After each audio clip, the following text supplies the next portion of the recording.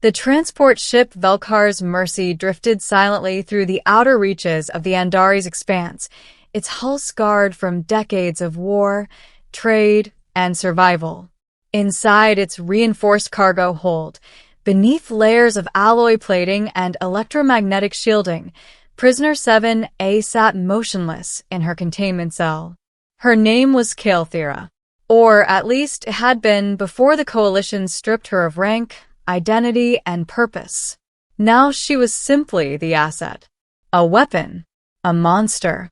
A problem to be delivered somewhere far away, somewhere permanent. Kalethira's body bore the marks of her species, the Cerati, tall, sinewy, with translucent skin that shimmered faintly under low light.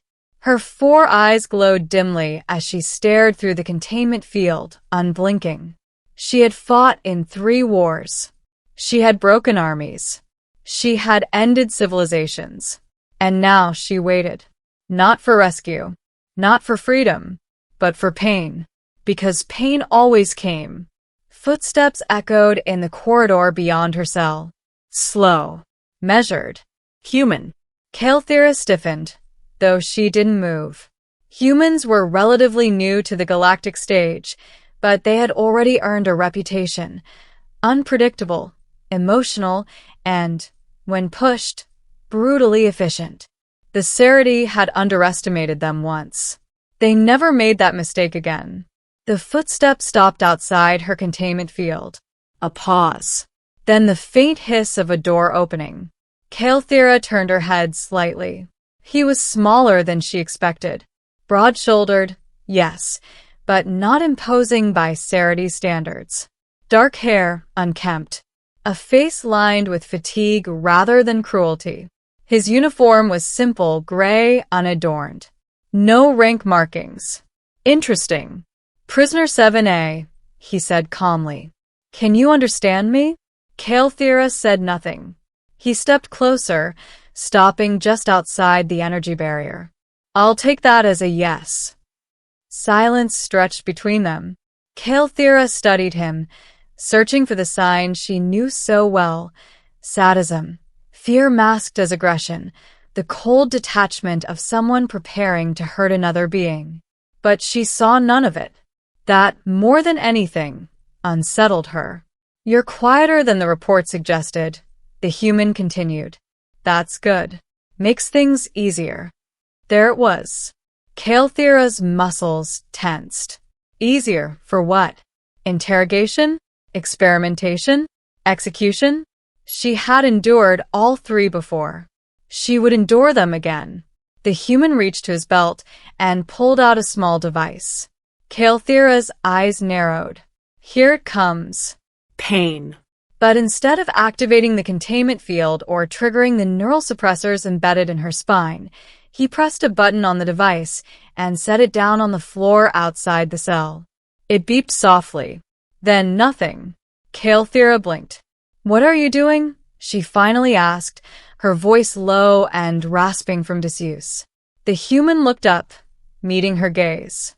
Talking, he said simply. That device, she said, her tone sharpening. What does it do? It records, he replied. Audio mostly. For the logs. Kalethira frowned. No pain induction? No. No chemical sedation? Nope. No, she hesitated, confusion flickering across her features. No harm? The human tilted his head slightly, as if the question itself puzzled him. Why would I harm you? Kalethira let out a hollow laugh. Because I am Cerati. Because I am a prisoner. Because I have killed more beings than your species has counted stars. The human didn't react, didn't flinch, didn't even blink. Instead, he crossed his arms and leaned casually against the wall. Yeah, he said. I read your file. That was it. No anger. No hatred. No fear. Kalethira felt something unfamiliar twist inside her chest. Then you know what I am. I know what you've done, he corrected.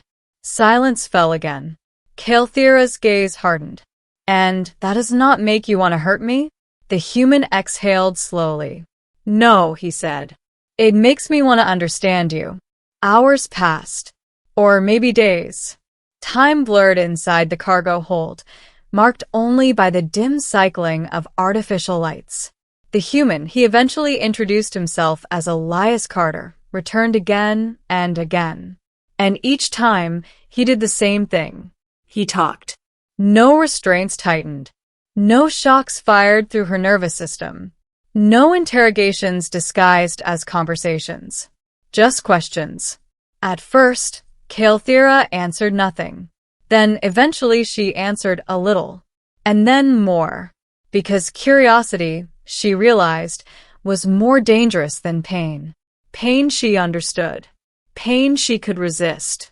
But this quiet persistence, this refusal to treat her as a monster, it chipped away at something deeper.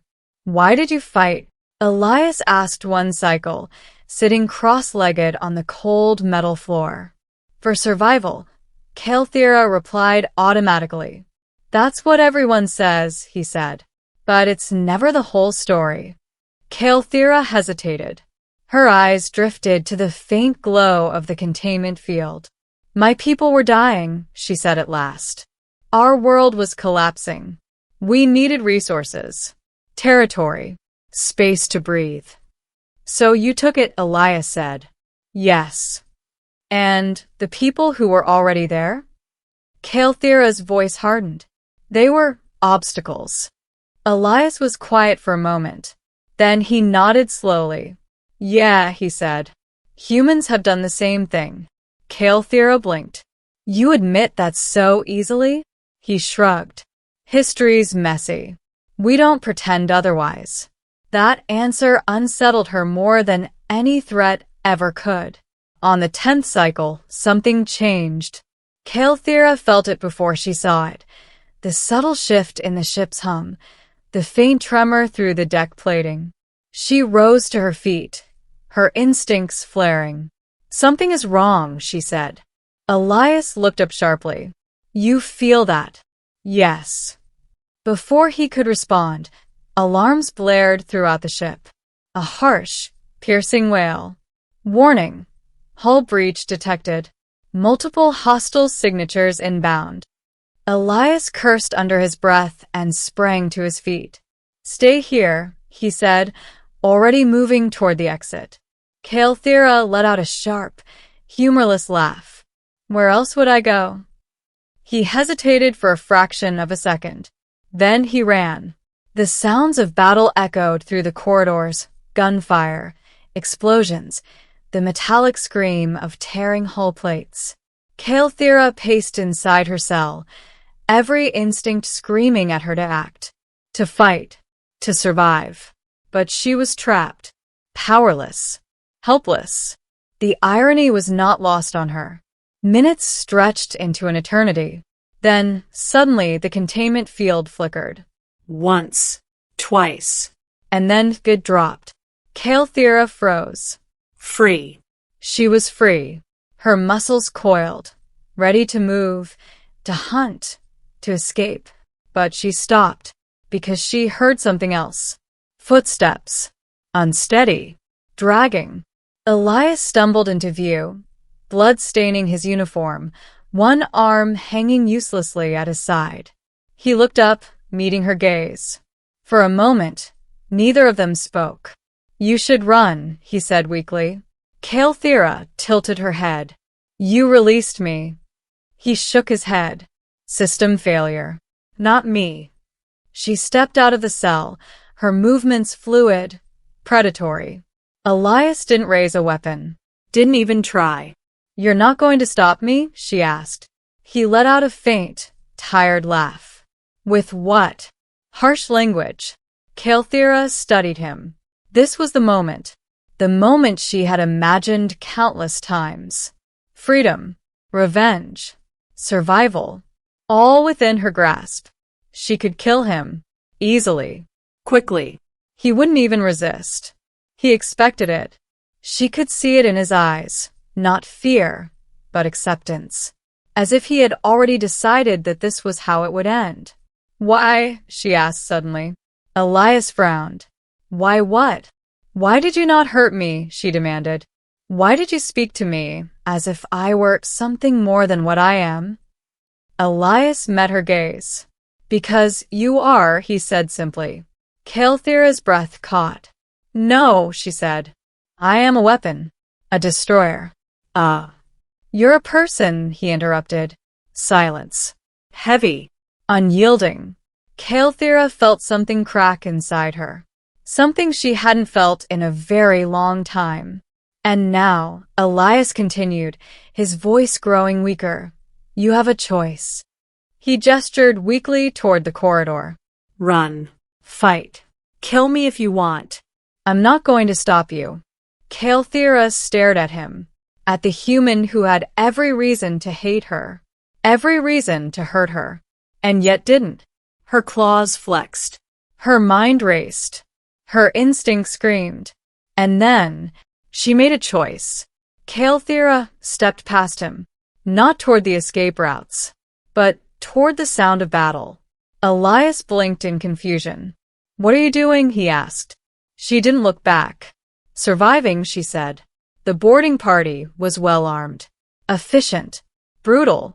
They cut through the remaining crew with ruthless precision. They did not expect resistance. They certainly did not expect her. Kael'thera moved like a storm, silent, deadly, unstoppable. Blades shattered against her skin. Energy bolts dissipated before they could pierce her defenses. She tore through them with a ferocity that reminded her, briefly, of who she used to be. But this time it was different.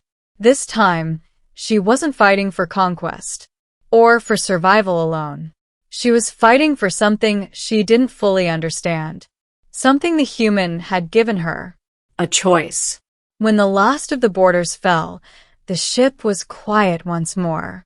Smoke drifted through the corridors. Fires burned low.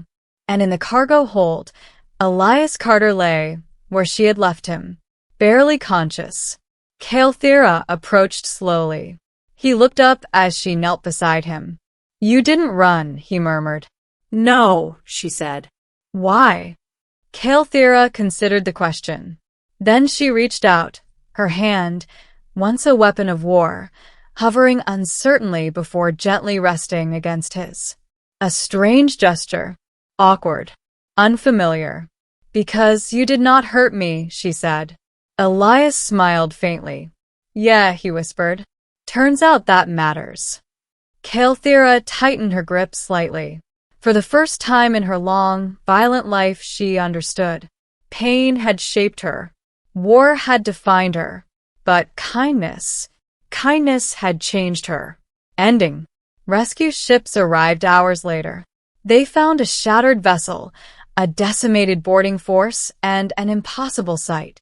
A Cerati war entity, one of the most feared beings in the galaxy, sitting quietly beside a wounded human, refusing to leave his side. She did not resist when they approached, did not attack when they raised their weapons. Instead, she spoke only once. He lives, she said. You will save him. And they did. Elias Carter survived. And when he awoke days later in a medical bay, the first thing he saw was her, standing silently at the far end of the room, waiting, not as a prisoner, not as a weapon, but as something new, something no one had expected. A Cerati who chose not to destroy. All because a human, in the darkest moment, had chosen not to cause pain, but to offer something far more powerful, understanding.